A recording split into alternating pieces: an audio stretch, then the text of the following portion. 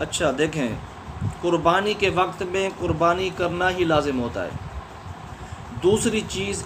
قربانی کے قائم مقام نہیں ہو سکتی۔ یعنی اگر کوئی بندہ یہ چاہے کہ قربانی کے دن ہے اس پر قربانی واجب ہے، اگر وہ اس طرح کرے کہ بھئی میں قربانی نہیں کرتا، جانور ذبح نہیں کرتا، میں ایسا کرتا ہوں اتنا پیسے صدقہ کر دیتا ہوں، اتنا پیسے صدقہ کر دیتا ہوں، یا بکری کی جتنا قیمت ہے اس کا میں صدقہ کر دیتا ہوں، تو وہ ایسا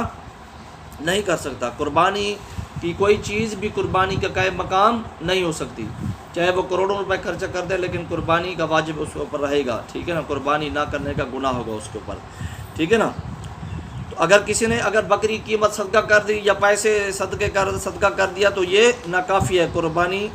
اس سے ادا نہیں ہوگی، لہٰذا قربانی کے دن قربانی کرنا ہی لازمی ہے صاحب نصاب کے لیے۔ اچھا، اگر کوئی شخص خود قربانی نہیں کر سکتا یا خود کر سکتا ہے لیکن دوسرے کو وہ کہتا ہے کہ میری طرف سے قربانی کر دے، تو یہ ہو سکتا ہے۔ جیسے باہرلے ملک میں لوگ ہوتے ہیں نا، امریکہ میں ہوتے ہیں، برطانیہ میں ہوتے ہیں، دوسرے ملکوں میں ہوتے ہیں، وہ پاکستان ہوتے تو پاکستانی ہیں، پاکستان سے گئے ہوئے ہوتے ہیں، تو وہ لوگ پیسے پاکستان میں بھیجتے ہیں کہ میری طرف سے قربانی کر دینا،